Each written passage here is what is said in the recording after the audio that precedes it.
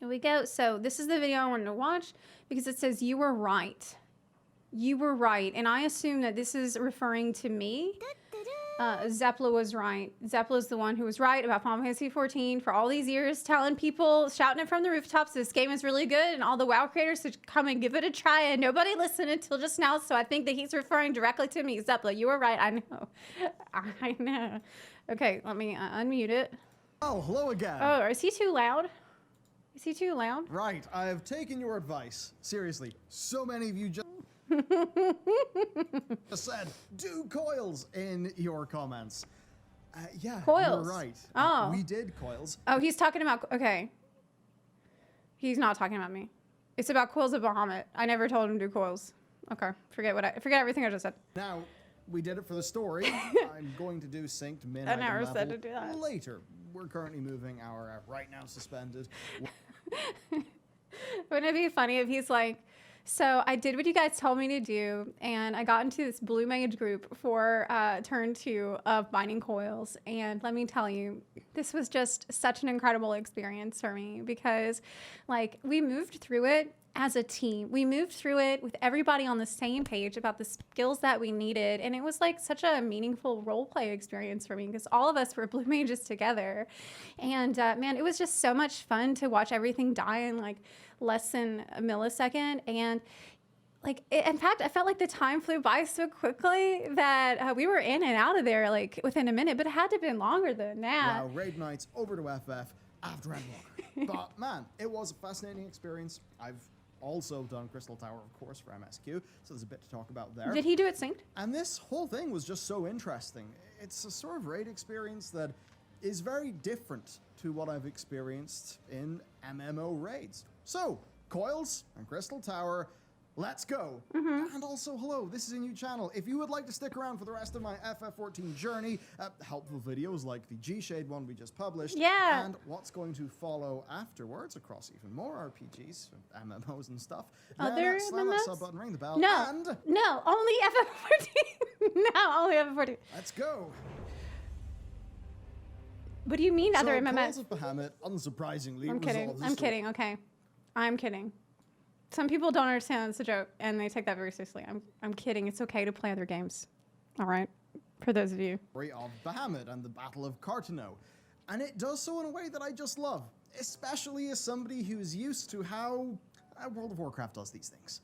Now, this is the non-spoiler version, right? So, non-spoiler, obviously they set up the Battle of Cartano quite well. Good. Then, via Okay. Alphinaud's A Realm Reborn Why is his box square like that?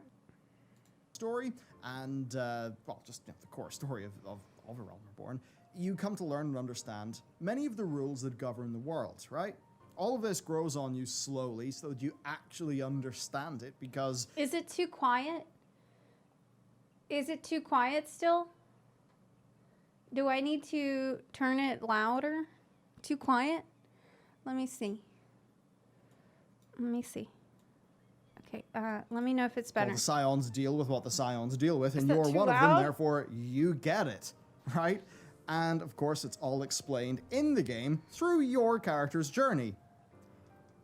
I know, FF people, you might say, of course, that's what games do. Yeah, not on all of them. So once Coils hits, we meet up with Alizé, and all the big pieces are in place. Big things happen, and what is core, this is what great. What's core is it rather than playing all of this as a big moment to tease future content via, you know, a quickened version of the story that's super fast and mysterious, they do the complete opposite, right? They actually tell their story. They do so in a way to pay off the characters' arcs and just bring the whole thing to a satisfying conclusion. I'm sure there could be a few speculations, but really there is no, what's next to any of this. There's no speculation video to do, breaking down what happened, and no. It's just a really satisfying end of a story. Okay, so is he surprised that it's like a good chunk of story content that isn't solely serving some kind of a marketing purpose to tease future content? It's not just like leading you on the nose to the next patch that you really should care about, because it's more of like a satisfying experience all on its own. Story. And that is such a breath of fresh air to what I'm used to.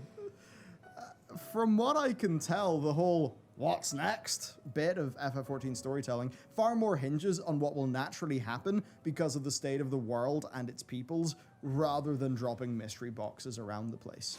You know, recently, I finished the Sanctum of Domination raid in World of Warcraft. Okay, well, and it's just so different. Okay, well, I haven't seen this, but spoiler alert for Sanctum of Domination raid, because this is happening now. Like that raid, so little plot happens during the raid. Like really, so little. And okay, well, so little. There's not a lot of plot that happens apparently, so I don't know how bad this is gonna be. The ending, which was this super short cinematic, was all just played to tease. She's so cute. Mystery and you know, what a shame. Incite speculation. It like wasn't interesting at a character level. It wasn't satisfying. What? They didn't put any of the work in. You know, buy World of Warcraft Sylvanas, February 2022. What? And Coils of Bahamut is just in complete stark contrast. Wait. Any of the work Wait. played to tease mystery. Taki-sama, thanks for the 6-month resub. And incite speculation. It like wasn't interesting at a character level. It wasn't satisfying. They didn't put any of the work in. You know, buy World of Warcraft Sylvanas. What is this book? Is this where they tell you what really happened? Is this, because it's coming out 2022. So did they do the thing again like they did at the end of Miss Pandaria, where you had to read a book to find out what happened in the story? Are they really doing this again? They're doing it again. Oh my God. It's February 2022. Okay. And Coils of Bahamut is just in complete stark contrast. Now there is merit to what WoW does for a WoW raid, because it can be exciting when it does it well. Like you are wondering, oh, what's the cool mystery to decipher? Yeah, but, that can be good. Man, like I don't want to completely throw that out the window, right? Because it can be cool to have a raid experience where you're like, oh, well, what's going to be next? But we do get that in the release schedule of the Savage Raid content, for example. The Savage Raids are released a tier at a time, and as you go through that, like I remember very much with the Eden story, I was filled with a lot of curiosity, a lot of questions. There was a lot of speculation going on about what the identity of certain characters we met through that raid were, and all of that ended up being revealed by the time you get to the end. And so, I mean, that's not necessarily a bad thing in and of itself, but it is a bad thing whenever this sort of hype and speculation is used solely just to hype up the next thing, and then that thing is used to try to hype up the next thing, and it's just like you're never really satisfied. It's just junk food. It just needs to pull back and focus on telling a satisfying narrative experience like now, she's so rather cute, than yeah. just sacrificing all of that for the big mystery tease. So spoiler free, that is my thought on like how the story is. I'll return to stories in a spoilerific way for the final section of this video. Till then, more thoughts. Okay. What I really noticed is between Coils and Crystal Tower, I just started to appreciate how raids seem to be handled in this game. Wait, did he do this synced or not? I guess he's going to tell us now. Simply, they tell the full story either in the raid or in its quest line. And the quest line will actually take place between wings of the raid.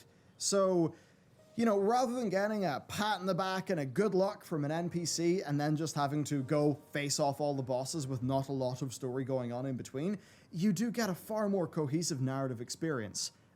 Crystal Tower had a lot of that. Its full storyline unfolded across its 3 wings and, you know, all the quests that were before and between them. Very different versus, say, the game I'm used to for raids and stories, which is WoW. They're a lot more willing in FF to put the story in the raid. And surprisingly enough... Sorry. I'm really sorry. But it's just such a sad thing that he said. He's like, it's so crazy that in Final Fantasy XIV, they put the story, like, in the game. Like, can you imagine that you play the game and you learn the story from playing the game? That's crazy. That does make the story work far better. It very much elevates the content because you kind of feel in your first time pretty pumped. Now, of course, the important bit is the players can skip all those cutscenes and blast through the content if they so choose. What? Right?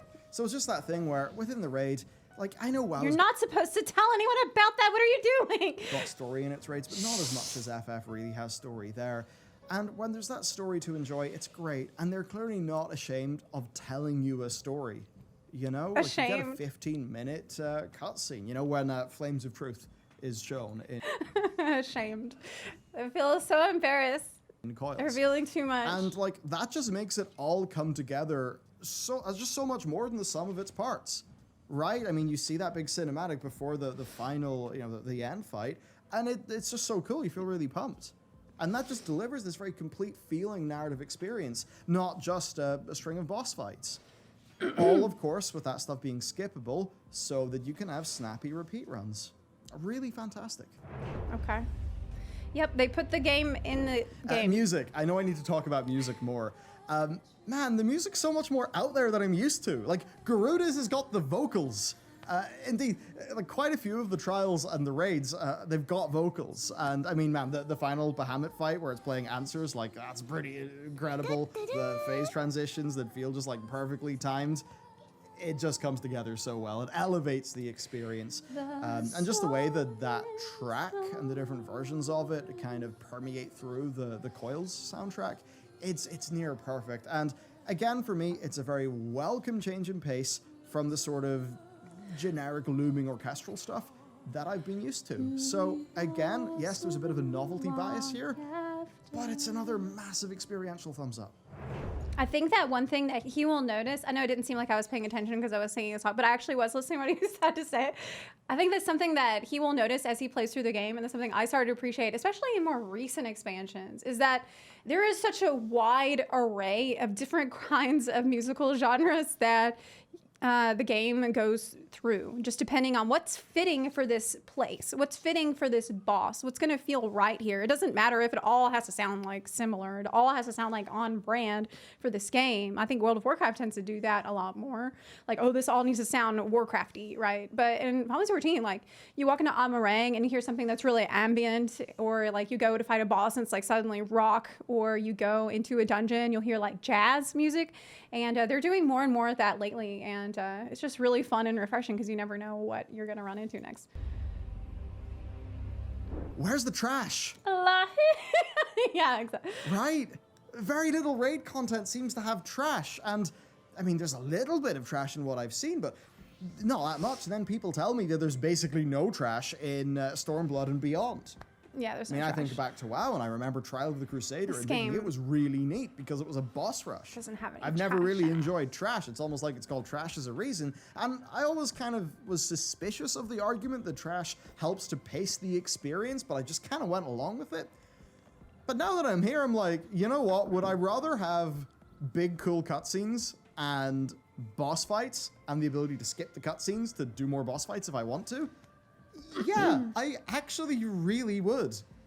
And I think to my Sanctum of Domination raid And he night, really loves skipping those cutscenes, don't he? I'm kidding. Nobody tell him about Praetorium.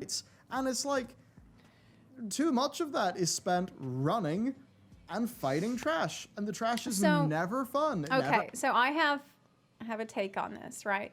I think for something like a savage boss fight where you need to attack this monster and die, and then pull again, and then die, and pull again, and then die in order to learn the fight. That is how most of the difficult fights in the game are learned. I think in these cases, it's good that there's no trash, because that would be annoying as hell, as people who play raids in WoW well know. But I do think that sometimes trash can be nice. Like, if you look at something like Valdesian Arsenal, which is the final raid from Eureka, you are storming the Citadel. You're storming this giant castle, and as you're going through it, there's all kinds of monsters and trash that you need to encounter, and some of it is pretty difficult. Like, you will die if you if you attack something before the tank has aggro, you'll die, or if you stand somewhere you're not supposed to be, like, you'll die. It's not easy trash, but it's manageable. And I feel like having all that trash in a giant Citadel storming the castle type scenario works really well. Like, it would be stupid to go through a big encounter like that and not have trash. So I think trash serves a purpose, but when it comes to like bashing your head against the wall multiple times trying to learn hard content, you don't want trash there. It adds to the experience. So, what is the role of trash? Is there a way we can kind of escape it somehow? I have to wonder. Then another funky thing. Once unlocked, it seems like you can just queue for the bit that you want. That's very different. It's not like just queuing for an LFR wing, because this includes seemingly doing like the proper full dungeon difficulty with a group. Isn't this like not a good idea to do in Duty Finder? Am I wrong? Is this like not a... Of course, skips not recommended? Once you do multiple clears of a raid, and that is nice, but this just feels quite open and approachable, and I'm pretty big for that, actually. Okay. It's kind of how I really like the old one-off bosses that WoW had, like, Sartharian and stuff. Yeah, that was nice. So with this, just the ability to be like, I want to do a boss. Boom, do a boss. It's like, it's really flexible. And if you don't like something, you don't have to do it. So, man, I think there's something to be learned there as well. Scale then. Now, other MMOs have got this quite a bit as well in their various raids. The sheer scale of Coils is mind-blowing. And that just makes for such a compelling experience. It is giant, yeah. Especially towards the end, and the bit with all of the jumping where you just get this colossal sense of scale. So that's really, really cool. And even in Crystal Tower, like when you go, the very end of Crystal Tower, like where you go for that boss, again, really, really, really cool. So they have totally been able to hit me with a spectacle and just really have that work. So that's been neat. All right, cool. The next, this is not really about the content itself. It's more just something that I really came to appreciate. So Coils of Bahamut exists to wrap up the Battle of Carteneau and really, I think, tie a neat bow on Final Fantasy XIV Legacy. And just, I guess something I really appreciated with it is just the amount of effort they went to. Like, yeah, not only did they, build a custom engine that's an offshoot of Luminous, I think, or, borrows from it. Not only did they do that and remake the whole game, but, like, they worked the whole narrative into it. They do the big Battle of Carteneau, and then there's the bit after, the Flames of Truth bit, and then they hold that back and only give it to you, like, way later when you're actually able, through the whole narrative experience, to understand it. It's just so much, like, effort into truly and, like, satisfyingly paying off a massive thing that has happened in the game world. And I just really appreciated that. You always get this sense throughout ARR that, like, the whole calamity has just shaped the world and everything that's went on so much. So by the time you actually reach Coils, I guess it's just that thing. They take their time with it, and by the time you actually get there, it just all comes together. Yeah. And it was just a really cool experience. I understand why it is not enforced to do it for MSQ, but man, yeah, you are all right. You really should do this. You really should. You really should do it. And the writer for Shadowbringers, the main writer for Endwalker, she's also doing Endwalker writing. Natsuko Ishikawa suggested that you go through Coils and you go through the Omega raids before Endwalker. So if you haven't done that, if you haven't seen those cutscenes, just do them unsynced. If you just want to see the cutscenes, see the story, do it unsynced. If you don't want to, actually try to do the raid, because it's worth it just to watch the cutscenes so that way you can be prepared, because we don't know how that's going to tie into the Endwalker story, but she seemed to think it was important enough. And consider that the Heidelin Zodiac arc, this whole story that started with Realm Reborn, is coming to a close with 6.0. There will be a new story arc for 6.1 and beyond, but that's why I think refreshing yourself on what actually happened with Coils, what actually happened with Omega is going to be really important, because I personally have a theory that it will involve the dragons, the origin of the dragons, which is still really mysterious. You can. Definitely I want to do it synced minimum item level once we're a little bit more organized in-game. Absolutely. Oh, okay, cool. So he's going to do that later. I suppose on the gameplay side, I'm not going to do a sync. I don't have a great deal to say here because we did Coils unsynced for the sake of speed. Just in our FC, like a bunch of us were busy. People told me that like the reason why everyone was putting that in the video comments was really for the narrative experience of it all. But what we did do, especially in fights like Bahamut, is all of the higher level people just auto-attacked the boss.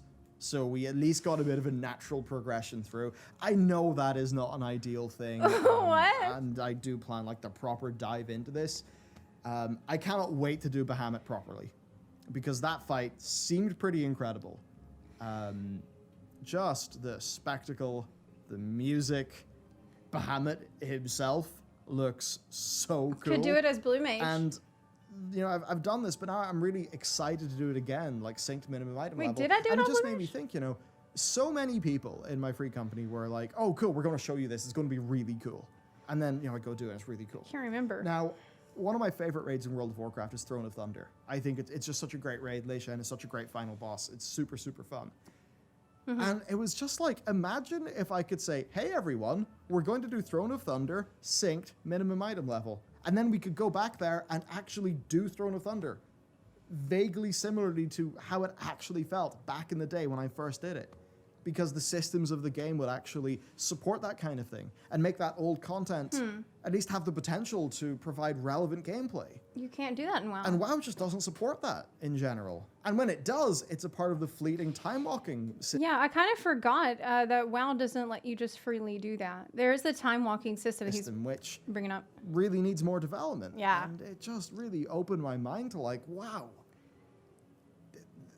we're going to go and do this old raid. But, not to interrupt so many times, but with time walking is very good.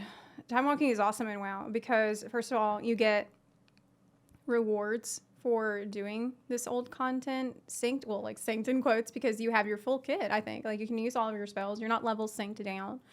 And you do get rewards that you can turn in for different kinds of stuff, like mounts and things, from the time walking. So I think time walking has its pros too, but obviously it sucks that it's not something that you can just freely do anytime. Like I wouldn't mind it if synced minimum eye level content had some sort of reward system associated with it. I know a lot of people in Final Fantasy 14 just do it for the fun of enjoying the fight and like seeing the fight and like. It's just fun for the sake of it, and people that enjoy raiding. But for those of us that might be a little bit more reward motivated, might be good to have some rewards in there. I don't know. Raid that we all out level, but you know we're going to do it in a way where it's hard and challenging, and the game supports that. Again, this is not something I'm used to, and just I think of the possibilities. It's really cool, and I really hope Blizzard are able to get something in 10.0 to World of Warcraft that achieves similar. I really do. Okay. We'll see about that. Quick note on Poetics then. So from what I understand, if you just kept on farming coils, like you wouldn't get Poetics. But in this case, because I believe I hadn't done it before, everyone with me got like 100 Poetics for, Yeah, for each bonus. for each turn that we did. And I just thought that was a really neat little system. A great little incentive to, well, just to get people to like help a new player. I thought that was really nice. It is nice. And in general, the whole system with Poetics, like because there is still a fair amount of instant content that I have to do while I level, getting Poetics for that is like really satisfying.